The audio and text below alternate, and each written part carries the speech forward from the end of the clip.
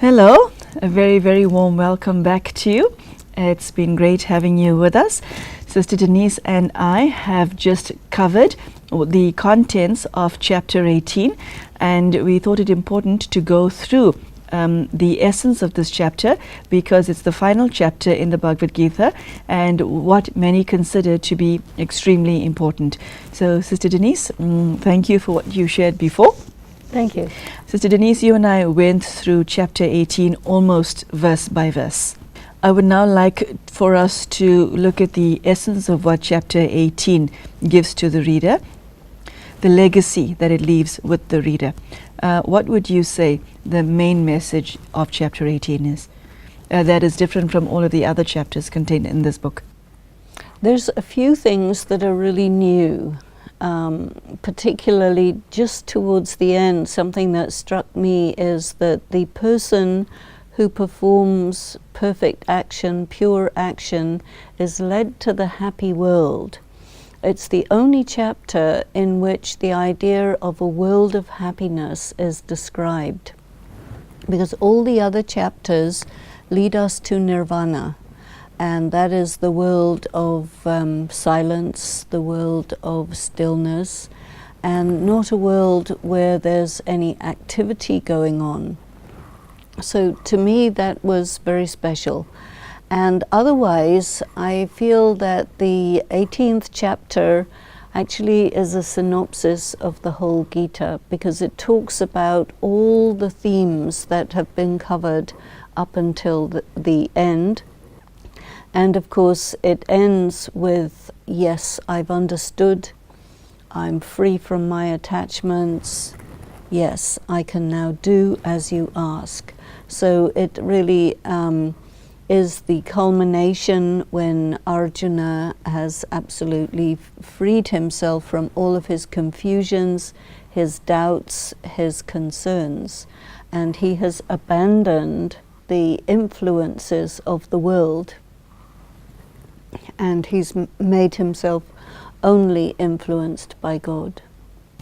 There are many who consider this to be the most important chapter within the entire book.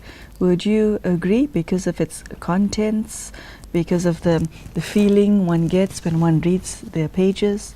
Yeah, I think the second chapter and the 18th chapter to me are really pivotal. The second chapter is where Arjuna is learning about the self as a soul, as not the body, as imperishable, as indestructible. And so it's the beginning of getting over all of his fears. And then at the end, on the 18th chapter, we've also got some of the other details. So the whole thing about the three gunas, the virtues, the qualities of a hero. And really, I think even if we just only study the second book and the 18th, or the second chapter and the 18th chapter, we would have enough, because there's, I believe, some 700 stanzas. So it's quite a big thing for people to go through the whole Gita. It is very dense. It is quite hard work for the mind and intellect to wrap themselves around all this. So I'm hoping that everyone who has been with us on this journey through the Gita has enjoyed it and been able to follow it and has arrived at a conclusion of clarity and understanding. Yes. Sister Denise, the quality of actions that one has to perform is described in the greatest detail in chapter 18. And this is not news to the reader of the Bhagavad Gita, because this has been covered before. And once again, God is saying to his son, I cannot stress this enough. Are you hearing me? Why is it so difficult for us to grasp this lesson, even though it's been around for centuries? The main reason is that perhaps we can manage to bring ourselves to the Rajasic stage, but to go from the Rajasic stage to the Sattvic stage is quite a step. So I think that we have to hear it again and again, because, okay, we can lift ourselves from the tamasic stage to the rajasic stage, but to go to the next stage is another effort, and it takes us away from doing to being. And this is really quite difficult for us, because to just be is like, what do I do now? You know, so we're really into doing. Also, the sattvic stage is a very pure stage of consciousness. It's truly spiritual, and the world we live in, it doesn't really support that. So, you know, there's everything around us is going to make us slip back to at least to the rajasic stage. Sister Denise, I noticed that the intellect was emphasized in chapter 18 particularly, which takes me back to the fact that the Bhagavad Gita not only teaches one how to do, but how to be. And again, stanza after stanza, the quality of thoughts of your intellect, your personality type, and how you behave. That was emphasized again and again. Not just how you do, like the way you just described, but how to be. Yes, how to be, and also how to process thought, how to process ideas, because the intellect really is a processor. It's, you know, when people make artificial intelligence in the computer, they're looking at the work of the intellect, which is about processing ideas. And for us to process the paradoxes that we find is actually quite difficult, because we tend to be either or. And that is also connected with the rajasic intellect. But once the intellect is really pure, you're able to hold what's this beautiful expression, okay, now have you understood everything? Have you understood destiny? Have you understood the forces that compel you? Having understood, now choose, you see. And that is a very high level. And I think it really is the level on which we wish to be, because we like, especially in the Western culture, we love the idea of freedom of choice. And we don't like the idea of being bound by destiny.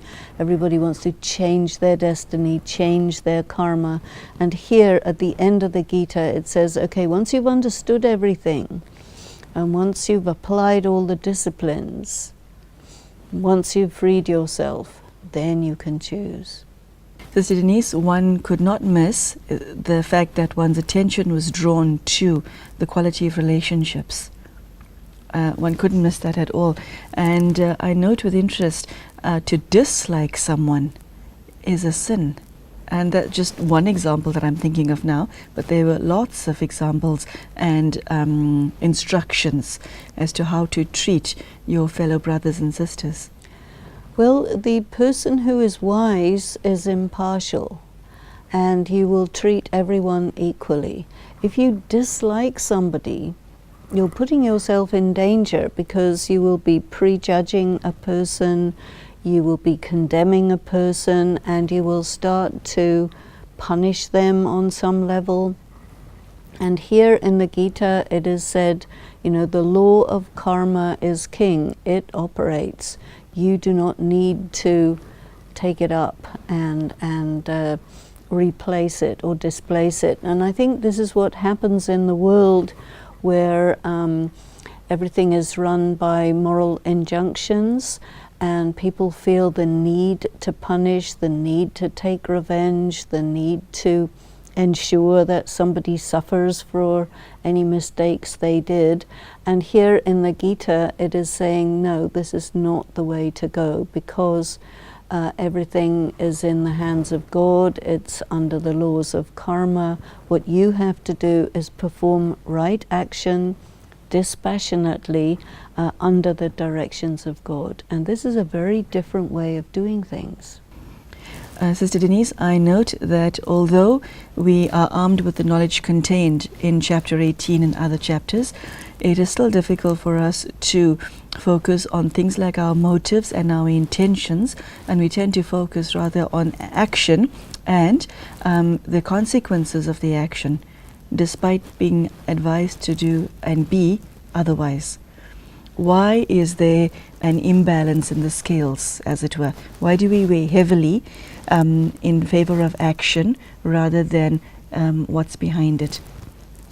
Again, it's because our consciousness is quite materialistic and quite gross. So actions are visible.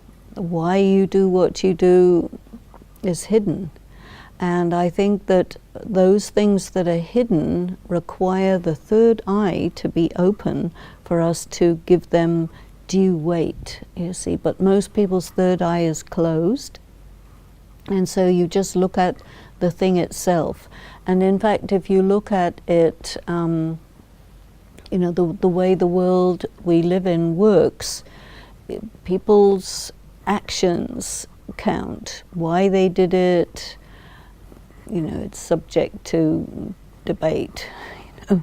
A person can say, oh, well, I had this reason behind it and maybe it wasn't really there, I think that just the grossness of the nature of the world we live in, the nature of consciousness at this time, is what causes this imbalance. In the discussion of the shlokas itself of chapter 18, you use the word conscious living. And I would like you to say more about that, because that stayed with me, and I'm sure it stayed with the viewers as well. What do you mean by the term conscious living? Sister Denise, I'm impressed that you elicited conscious living from the pages, because it's not stated verbatim in the pages, but I'd like you to take it further.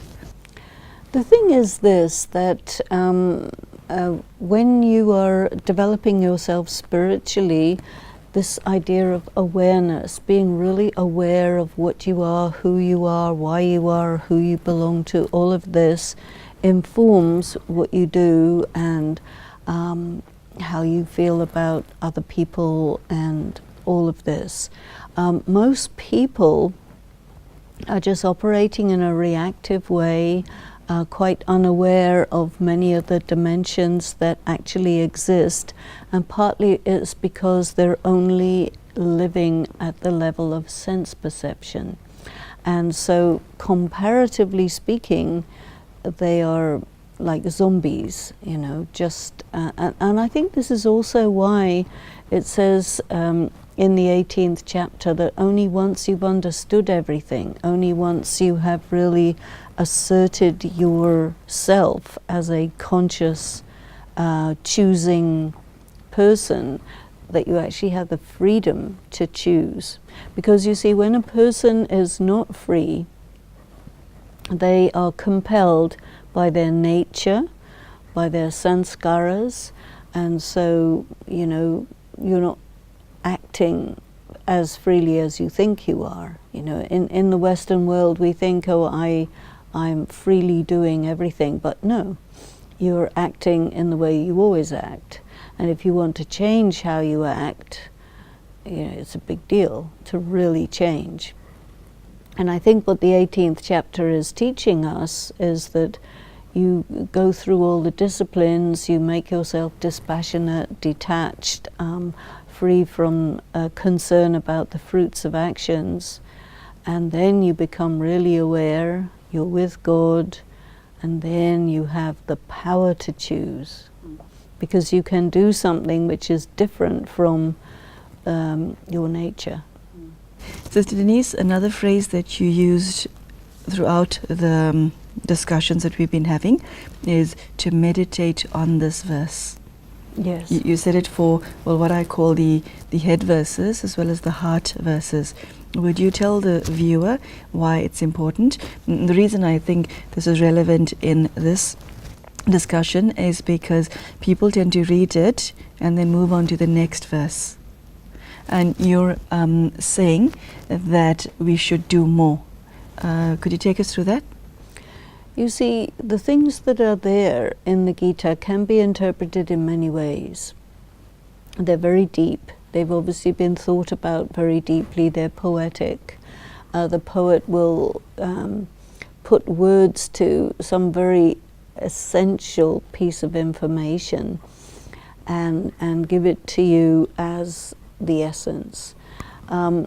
when you meditate on something, you have to unpack it, think about it, because the full import doesn't strike you right away. So I think that part of meditation involves taking some of these concepts and sitting with it, looking at it in all sorts of ways, in silence, over a long period of time, and allow the meaning to penetrate you, so that you can generate insights where you can really understand deeply. Because we have to remember, hundreds of thousands of extremely intelligent people have been pondering upon these concepts for thousands of years, and they're still up for consideration. That means they are very important, and they make a difference as to how life is lived, which means they make a difference to how the world is. And at the moment, the world is such that people have really abandoned the deep consideration of spiritual truths in favor of maybe you catch hold of a phrase from a scripture, you take it at face value, you make it a slogan, but you don't really go into the depth of it. And so therefore your action becomes superficial. What we learn from studying the Gita is things are deep and the meaning isn't immediately clear and obvious. And what we're trying to achieve here is wisdom. And wisdom comes with time, with maturity, with a lot of thought, with a lot of observation, external, internal, and ultimately you become a person of substance. Yeah. I've heard you use this phrase a few times. What kind of person are you? How do you relate that to chapter 18? Again, in chapter 18, as in some of the other chapters, the kind of person that you are is described. Again, the three gunas, the sattvic kind of person is described in many sections of the Gita, but in quite a detailed way in chapter 18. What is the rajasic person? What is the tamasic person? What personality profile do you have?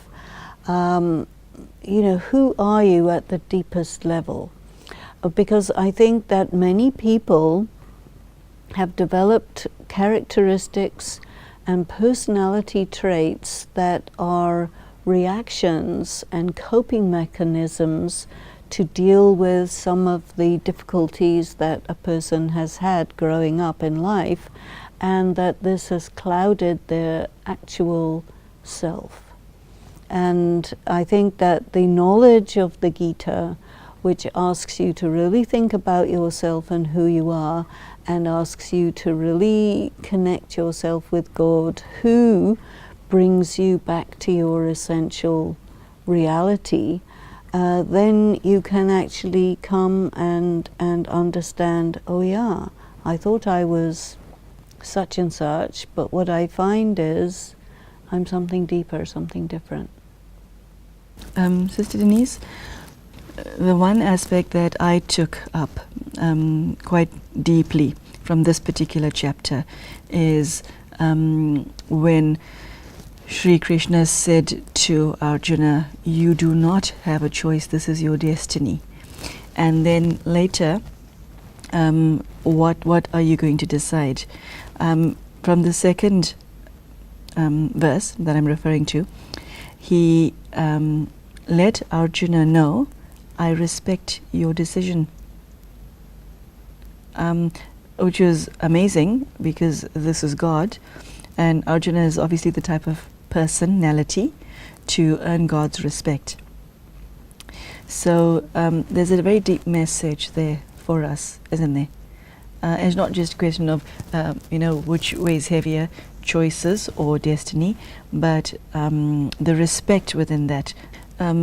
His predestiny notwithstanding, Arjuna still had a decision to make, and God told him, you are the one who decides, not me. And of course it's at the very, very last moment. Yeah. And it's very interesting, you know, you're told all the way through, you have no choice, you have to do this is your nature, this is your destiny. So a person is kind of locked into it, and all the while learning so many things about what it means to be wise, and then all of a sudden it's as if you reach the age of maturity, and then, okay, now you choose. So I think that it, to me, is paradoxical on one level, but on another level, it talks to us about life. You know, we are under a lot of influences, and there's nothing we can do about those. But as we become clearer about who we are, all of a sudden, you know, the clouds part, and the light is there, and you have gained your freedom of choice. It's a very extraordinary thing, and that is a very good example of verses that need to be pondered on. I see that. Sister Denise, how does one honor the Bhagavad Gita? I think that keeping it with you, looking at it from time to time, thinking about it, and then thinking about your relationship with God, the teacher, because this is definitely the supreme teacher explaining the very deep philosophy of karma and of what it means to be an ideal child of God, a warrior in the battle of life, you know. And so then to realize that this knowledge of the Gita actually comes from a supernatural source. It comes from somewhere that is above and beyond all of the philosophies that have been figured out by people, all the different moral philosophies and so on. And you can see in the Gita, very often it will come, it will be clarified that, you know, leave aside all of the traditional modes of understanding and listen to the voice of the Supreme Soul. Wow, that's a beautiful note on which to end. Thank you. Thank you very much, Sister Denise.